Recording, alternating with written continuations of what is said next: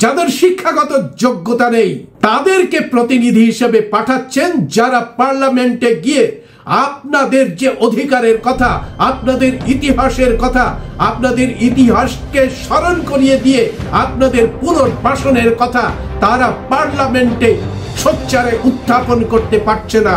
আপনারা প্রতিনিধি করে পাঠাচ্ছেন একজন বাড়ুয়াকে, যে গোটা মতুয়া যে দর্শন, সেই মতুয়া দর্শনকে লাথি মেরে এখন মতুয়া ধামে বসে হিন্দুত্বের কার্ড বিতরণ করছে।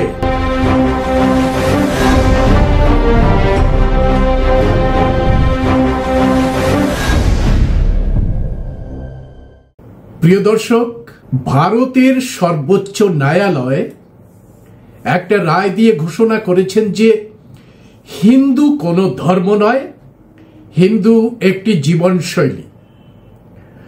অর্থাৎ যারা মনুস্মৃতি মেনে ব্রাহ্মণ বর্ণকে সর্বশ্রেষ্ঠ মনে করে এবং সর্বশ্রেষ্ঠ মনে করে ব্রাহ্মণদের যে অনুশাসন মেনে জীবন যাপন করে তারা হচ্ছে হিন্দু। যদিও এই সংজ্ঞা ব্রাহ্মণদের কোনো শাস্ত্রে কিন্তু দেওয়া হয়নি। ব্রাহ্মণ শাস্ত্র মেনে যারা দ্বিজাত, অর্থাৎ যারা দ্বিতীয়বার জন্মগ্রহণ করেন অথবা যাদের পৈতে হয়, তাদেরকেও যে হিন্দু বলা হয় এমন কোনো বিধান নেই। যারা দ্বিজাত হচ্ছেন তাদেরকে একটা কার্ড দিয়ে হিন্দু বলে দাগিয়ে দেওয়া হয় এমন কথা কখনো শোনা যায়নি। কিন্তু আমরা দেখেছি যে রাস্তার পাশে বহু খাবারের দোকান আছে যেখানে লেখা আছে আদর্শ হিন্দু হোটেল। তবে ওই হোটেলে যাবার সময় আপনার গলায় একটি বেল্ট লাগিয়ে, একটা কার্ড লাগিয়ে ওখানে খেতে যেতে হয়, এমনও কিন্তু কোনো বিধান ওই যে হোটেল সেই হোটেলে দেওয়া হয় না।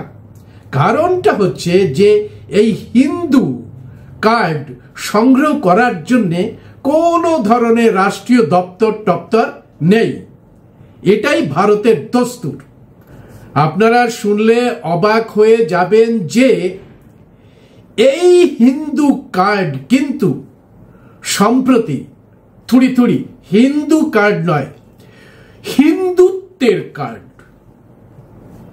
অর্থাৎ গোলওয়ালকর, সাভারকর যে রাজনৈতিক হিন্দুত্বের কথা বলেছিলেন, সেই হিন্দুত্বের কার্ড কেনা বেচার জন্য সারা পৃথিবীতে সর্বপ্রথম একটি বাণিজ্যিক বাজার খোলা হয়েছে।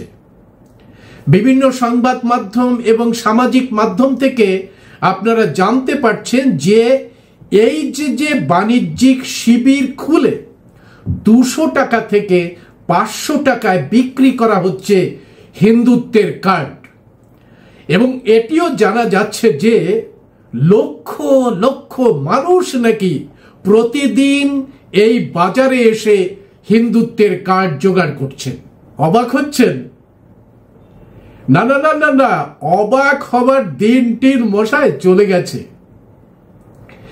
এখন মেনে নিন যে কথা এই যে সোশ্যাল মাধ্যমে ছড়িয়ে পড়ছে, খবরের কাগজে আসছে যে হিন্দুত্বের কার্ড বিক্রি করার জন্যই একটা বাণিজ্যিক বাজার খোলা হয়েছে, এটা আপনি মেনে নিন। না হলে যেখানে যাওয়ার কথা বলছি সেখানে গিয়ে আপনারা দেখে আসতে পারেন।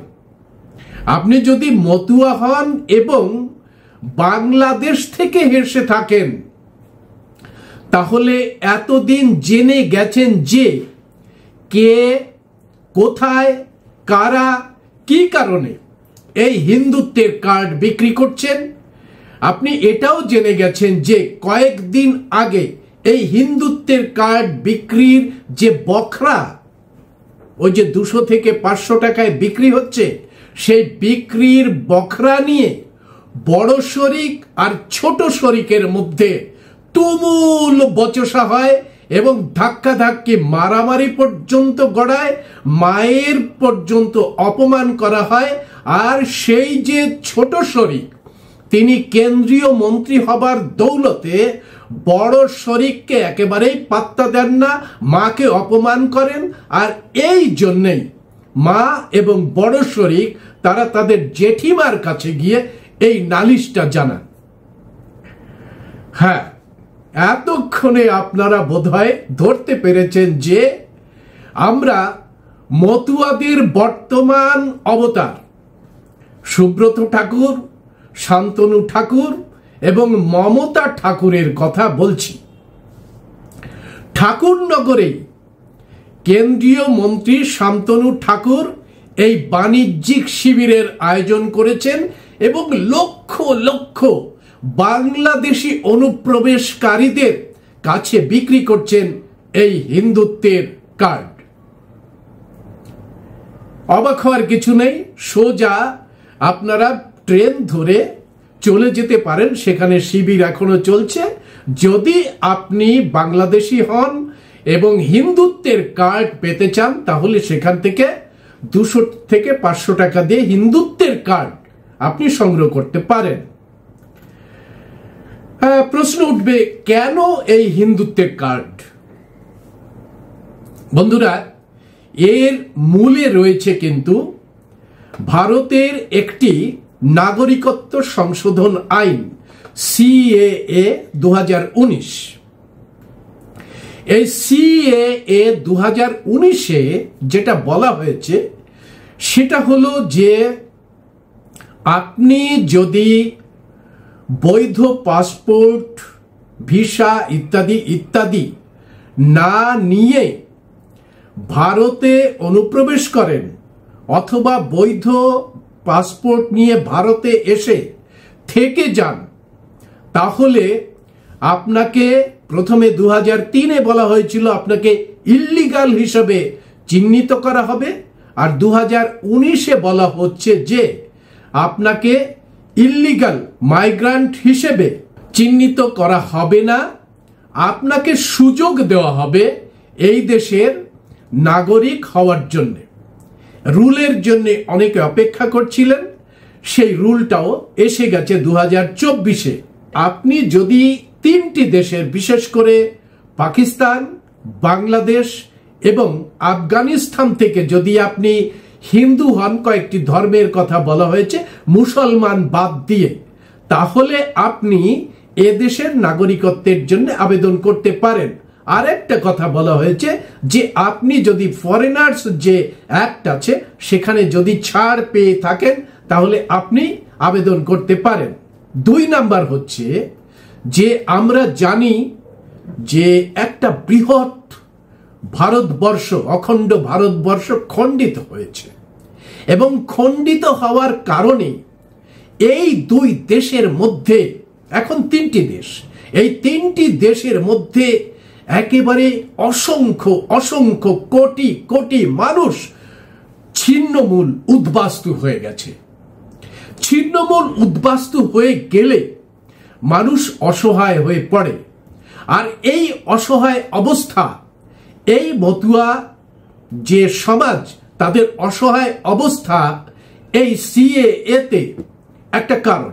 অন্য আর একটা কারণ রয়েছে, এই ছিন্নমূল মানুষগুলোর নাগরিকত্ব সংশোধন আইন এবং অন্যান্য যে সমস্ত আইনগুলো আছে সেই আইন কানুন রুলস সম্পর্কে অজ্ঞতা। আর পাশাপাশি আর একটা সব থেকে বড় কারণ হচ্ছে যে এই মানুষগুলো একটি পরিবারের উপরে বিশ্বাস রাখে, অগাধ বিশ্বাস, এটাও একটা কারণ। আর এই বিষয়গুলো ভালো করে মার্কেট রিসার্চ করার পরে শান্তনু প্রথম মতুয়া কার্ড দিয়ে একটা বাণিজ্যিক বাজার খুলতে শুরু করে। এই বাণিজ্যিক বাজারের প্রথম ধাপ হলো মতুয়া কার্ড। আমরা জানি 2019 থেকে যখন আমরা সমস্ত মতুয়া অধ্যুষিত জেলাগুলোতে ক্যাম্পেইন করছি, এনআরসির বিরুদ্ধে ক্যাম্পেইন করছি, তখন বিভিন্ন ছোট ছোট শহরগুলোতে এই মতুয়া কার্ড বিক্রি করার জন্য শান্তনুর নেতৃত্বে বিভিন্ন দপ্তর ভাড়া নিয়ে, ঘর ভাড়া নিয়ে শান্তনুর চেলা চামুন্ডারা সেখানে মতুয়া কার্ড বিলি করেছে। আপনাদের জানিয়ে রাখি যে শান্তনু পড়াশোনায় একেবারে সাধারণ মাপের হলেও পারিবারিক ট্র্যাডিশন অনুসারে তার বাণিজ্যিক ধারণাটা কিন্তু বেশ বেশ বেশ দৃঢ়। ঠাকুর হতে পারলেই অসহায় মানুষদের সামনে একটা ঠ্যাং বের করলেই লক্ষ লক্ষ টাকা কামাই করা যায়, এটা সে বংশ পরম্পরায় দেখে এসেছে। তো সে ভালোভাবেই লক্ষ্য করেছে যে বিশ্বাস আর এই যে ঠাকুর আলী তাকে লক্ষ লক্ষ টাকা দিতে পারে। তাই শান্তনু প্রথমেই তার বাণিজ্যিক বাজারটা খুলতে শুরু করলেন মতুয়া কার্ডের মধ্যে দিয়ে। বিশাল বিশাল বাজার। ৭১-এর পরে বাংলাদেশ থেকে ভারতে আশ্রয় নেওয়া কোটি কোটি মানুষের মধ্যে এই বাজার ছড়িয়ে আছে, সেটা শান্তনু ভালো করে বুঝে নিলেন। তিনি এক টেলিফোন বার্তায় তখন বিজেপির এক নেতাকে ফোন করে বলছেন, আমাকে শুধু একটি গাড়ি দেওয়া হোক, সেই গাড়িতে করে আমি যদি মতুয়াদের সঙ্গে সংযোগ করতে পারি তাহলে একটা বিশাল বাজার আপনাদের সামনে তুলে ধরতে পারবো। সুতরাং এই শান্তনু যখন বুঝতে পারলেন যে অসহায় মানুষগুলোকে যদি মতুয়া কার্ড দেওয়া যায় তাহলে তার যে বাণিজ্যিক বাজারটা একেবারে গ্রাসরুট লেভেল পর্যন্ত চলে আসবে, আর সেখানে কোটি কোটি মানুষ বিভিন্ন রাজ্যে ছড়িয়ে আছে। এই মানুষ তারা শ্রমজীবী মানুষ হিসাবে বিভিন্ন জায়গায় কাজ করছে, ডাক্তার হিসেবে বিভিন্ন জায়গায় কাজ করছে, পুলিশ তাদের হয়রানি করে। সুতরাং শান্তনু ঘোষণা করে দিলেন, জনসভায় ঘোষণা করে দিলেন যে মতুয়া কার্ডই ভারতের নাগরিকত্ব প্রমাণের কার্ড। খবরের কাগজে আমাদের কাছে কাটিং রয়েছে। আমরা প্রতিবাদও করেছিলাম যে শান্তনু এই কথা যদি বলো তাহলে হাইকোর্টে তোমার সঙ্গে আমার দেখা হবে।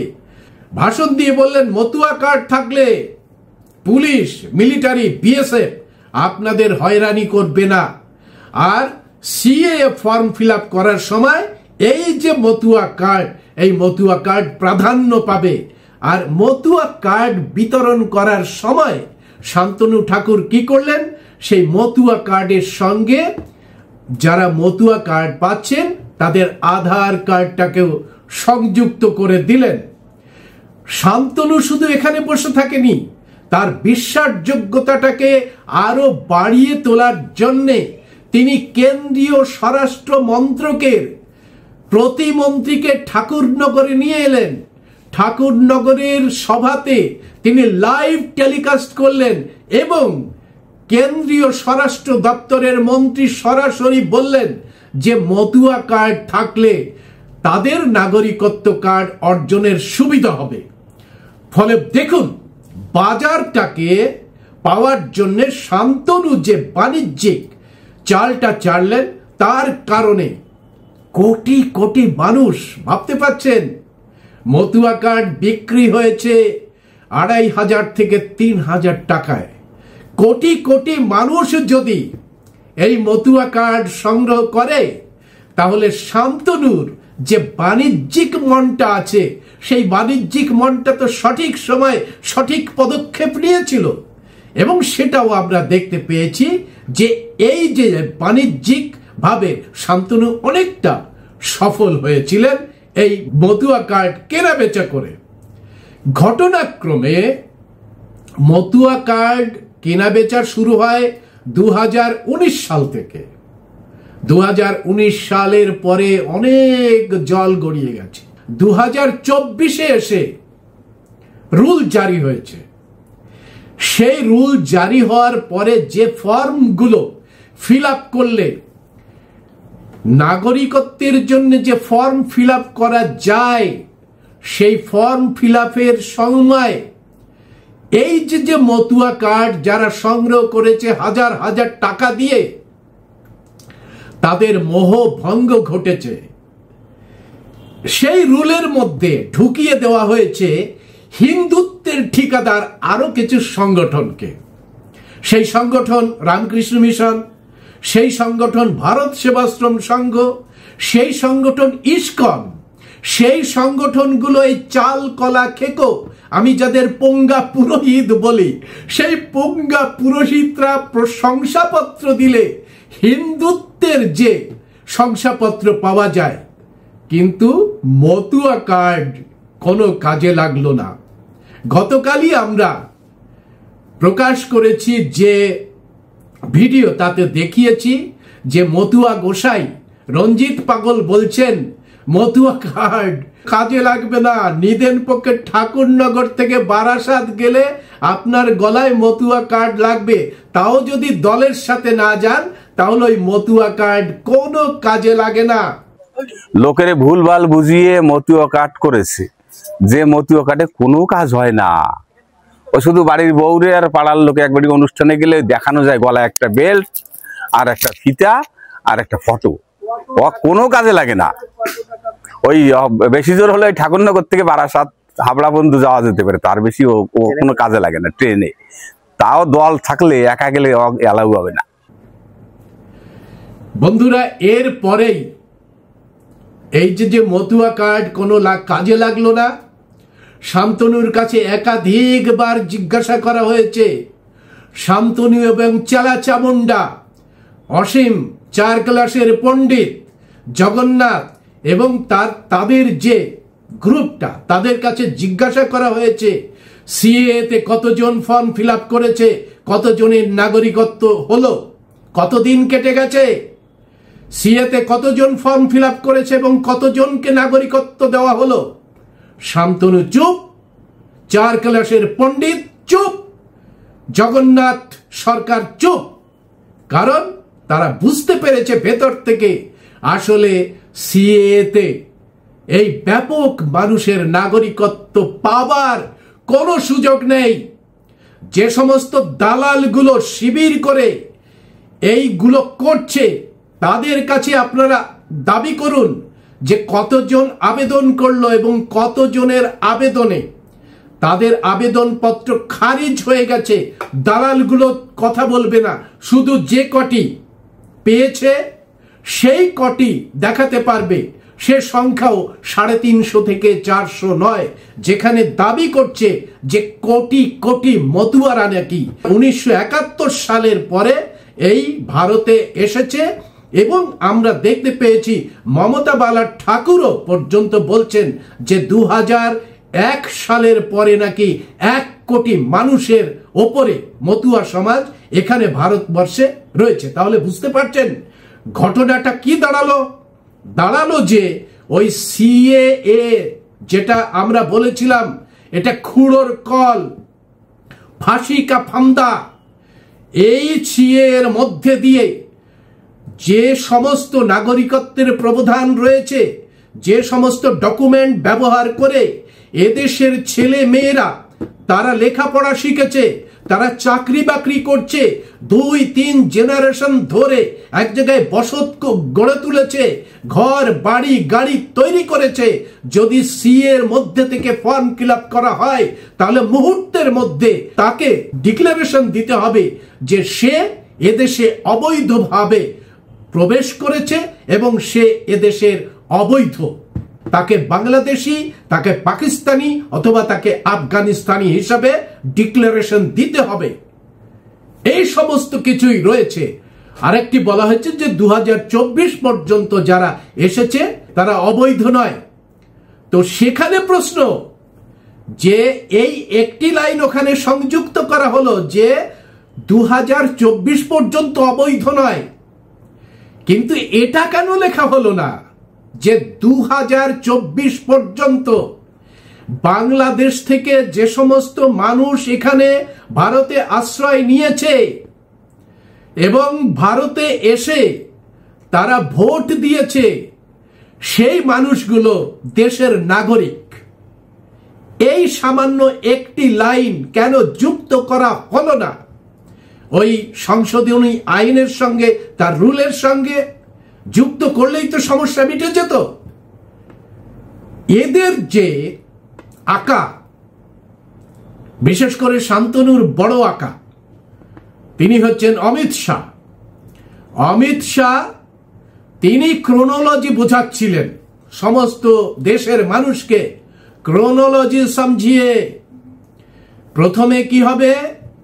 প্রথমে সিএ হবে, তারপরে এনপিআর হবে, তারপরে এনআরসি হবে, তারপরে নাগরিকত্ব দেওয়া হবে। তা এই যে ক্রোনোলজির মধ্যে হঠাৎ করে এসআইআর এসে সমস্ত কিছু গুবলেট করে দিল। বিহারে ভোট, সেই বিহারে ভোটের থেকে দেখা গেল যে এই এসআইআর এর মধ্যে থেকে 65 লক্ষ বিহারবাসী ডিভোটার হয়ে গেছে, তারা আর ভোট দিতে পারবে না। সুপ্রিম কোর্টের গুতো খেয়ে এই যে নির্বাচন কমিশন, সেই নির্বাচন কমিশন আধার কার্ডকে স্বীকৃতি দেওয়ার পরে এই গুতোর চোটে এখন সেই সংখ্যাটা 47,000 এসে দাঁড়িয়েছে। অর্থাৎ 47,000 মানুষ তারা এই ভোটার তালিকা থেকে বেরিয়ে গেছে। কমিশন ঘোষণা করেছে যে পশ্চিমবঙ্গ সহ আরো 12টি রাজ্যে এই এসআইআর প্রক্রিয়া শুরু হবে, কারণ এই 12টি রাজ্যে সামনে নির্বাচন। ফলে নির্বাচন আগে এই নিবিড় যে সংশোধনী, সেই সংশোধনীটা হবে। আর তাতে বিহারের যে অভিজ্ঞতা, সেই অভিজ্ঞতার ফলে কোটি কোটি মতুয়ারা, তাদের ঘরে শ্মশানের নীরবতা শুরু হয়েছে, কোন কোন ঘরে শ্মশানের কান্না শুরু হয়েছে। আমি প্রথম দিন থেকেই বলেছিলাম যে এই যে সিএ এর ফাঁদে যদি পা দেয় এই সমাজ, ভারতের সাধারণ মানুষ, তাহলে ঘরে ঘরে শ্মশানের কান্না শোনা যাবে। আপনারা বুঝতে পারছেন যে সিএ এতে মতুয়া কার্ড কোনো কাজে লাগলো না। এরপরে যখন এসআইআর শুরু হলো, তখন কি হলো? নির্বাচন কমিশন জানিয়ে দিলেন যে 2002 সালের ভোটার তালিকার নিবিড় সংশোধন তালিকায় যাদের নাম আছে, বাবা মায়ের নাম আছে, রিলেটিভের বিশেষ করে ঠাকুরদার ঠাকুরমার নাম আছে, তাদের ভোটার তালিকায় সরাসরি নেওয়া হবে। আর যাদের নেই তাদেরকে 11টা এবং সুপ্রিম কোর্টের তাবড়া খাওয়ার পরে 12টা, সেই 12টা ডকুমেন্ট দিয়ে তাদেরকে ভোটার তালিকায় নাম তুলতে হবে। এই ঘটনার পরে মতুয়া সমাজ থেকে জানা গেল যে 2001 পরে, অথবা 2 পরেই নাকি এদেশে 1 কোটি মতুয়া চলে এসেছে। ফলে এই মানুষগুলোর নাম বাদ যাবে। এরা হিন্দুত্ব করছে, সেই হিন্দু মানুষগুলোই বাদ যাবে। তো স্বাভাবিক কারণেই শান্তনুর যে চেলা চামুন্ডাগুলো, এদের মধ্যেই 4 কেলাসের পণ্ডিত আছে, বটতলার একটা উকিল আছে, আর জগন্নাথ সরকাররা আছে। এরা তো শঙ্কিত হয়ে উঠল, এই ভেবে শঙ্কিত হয়ে উঠল যে সরল মতুয়ারা যদি বুঝে ফেলে যে তাদেরকে এইভাবে ঠকানো হচ্ছে, বারবার ঠকানো হচ্ছে, যুগ যুগ ধরে ঠকানো হচ্ছে, তাহলে মতুয়ারা তাদের চামড়া ছাড়িয়ে নেবে। মতুয়ারা এরপরে যেটা করবে, আছলা বাঁশের আড়ং ধোলাই দিতে শুরু করবে এই সমস্ত জালিয়াতদের, এই সমস্ত ঢপবাজদের। এটা ভেবে এই বটতলার উকিল, 4 কেলাসের পণ্ডিত এবং জগন্নাথরা শঙ্কিত হয়ে শান্তনু ঠাকুরের দ্বারস্থ হলেন। শান্তনু ঠাকুর কিন্তু দড়, সে জানে যে দৈব দাস এরা, আমরা দৈব দাসত্বে পরিণত করে দিয়েছি মতুয়া সমাজকে। এরা বিশ্বাস করে ঠাকুর বংশে যেটা জন্মায় সেটা অবতার, সুতরাং অবতারের গায়ে হাত তুলবে না। মতুয়া সমাজ অবতারের গায়ে হাত তুলবে না। তো শান্তনু অবতার হিসেবে এই মতুয়াদের যে দলপতি গোসাই, তাদের একটা সম্মেলন ডাকলেন। এই কয়েকদিন আগে সম্মেলন ডাকলেন। সেই সম্মেলন থেকে বলে দিল যে হিন্দুত্বের কার্ডই আপনাদের রক্ষা করতে পারবে, সুতরাং এসআইআর এ যদি নাম কাটা যায় আপনারা সবাই সিএ ফর্ম ফিল আপ করে নাগরিকত্ব পেয়ে যাবেন। এবং সিএ ফর্ম ফিল আপ করতে গেলে যেহেতু ওই যে রিলিজিয়াস বিষয়টা, পারসিকিউশন দেখাতে হবে এবং রিলিজিয়াস পরিচয়টা দেখাতে হবে, তাই এই যে অসহায় অবস্থার মধ্যে অন্যরা শঙ্কিত হচ্ছে আছলা বাসের আড়ং ধোলাইয়ের, আর শান্তনু সেটা বুঝতে পেরেছে এটা একটা বাজারের সময়। সুতরাং শান্তনু আবার কোটি কোটি মতুয়াদের বিপদচালিত করার জন্যে, বিভ্রান্ত করার জন্যে এই হিন্দুত্বের কার্ড, যেটা কোনো কাজে লাগবে না, না সিএতে কাজে লাগবে না এসআইআর এ কাজে লাগবে, এই কার্ড খেলে কোটি কোটি সাধারণ মানুষকে বিপদচালিত করছে, বিভ্রান্ত করছে, এবং তার মধ্যে দিয়ে অর্থ একটা বিষয় হয়ে দাঁড়িয়েছে। আর এই কারণেই আমরা দাবি করেছি অবিলম্বে সরকার এই বিষয়ে, বাংলার সরকার এই বিষয়ে নজর দিক, এবং নজর দেওয়ার পরে এই জনস্বার্থ লঙ্ঘন করার জন্য অবিলম্বে এই শান্তনু সহ তাদের যে চেলা চামুন্ডাগুলো, সেই চেলা চামুন্ডাগুলোর বিরুদ্ধে আইনি পদক্ষেপ নিয়ে তাদের পেটে দড়ি বেঁধে জেলখানায় ঢুকিয়ে দেওয়া হোক। কারণ এরা একটার পর একটা ইস্যু তুলে মানুষকে ঠকিয়ে যাচ্ছে, সরল মতুয়াদের ঠকিয়ে যাচ্ছে, তাদের বিশ্বাসকে পুঁজি করে সরল মতুয়াদের ঘরে ঘরে তাদের বেনাগরিক করার চেষ্টা করছে, তাদেরকে আরো বেশি ভয়ঙ্কর অবস্থার সামনে দাঁড় করিয়ে দিচ্ছে। আমি মতুয়া সমাজের কাছে করো জোড়ে জানতে চাইছি, একটা সময় এই সমাজ যখন চণ্ডাল নামে পরিচিত ছিল, যখন নিষাদ নামে পরিচিত ছিল, যখন এই চণ্ডাল সমাজের সপ্তডিঙা মধুকর 7 সমুদ্র 13 নদী পেরিয়ে সমস্ত বিশ্বে বাণিজ্য করে বেড়াতো, সেই বাণিজ্যের ব্যাসাত নিয়ে গোটা বঙ্গকে একটা সুবৃহৎ বঙ্গে পরিণত করেছিল। সেই বঙ্গের যে সম্পদ দেখে আলেকজান্ডার পর্যন্ত বঙ্গকে বিজয় করতে চেয়েছিল, সেই বঙ্গ বিজয় করতে পারেনি চণ্ডালদের জন্যে, চণ্ডালদের বাহুবলের জন্যে।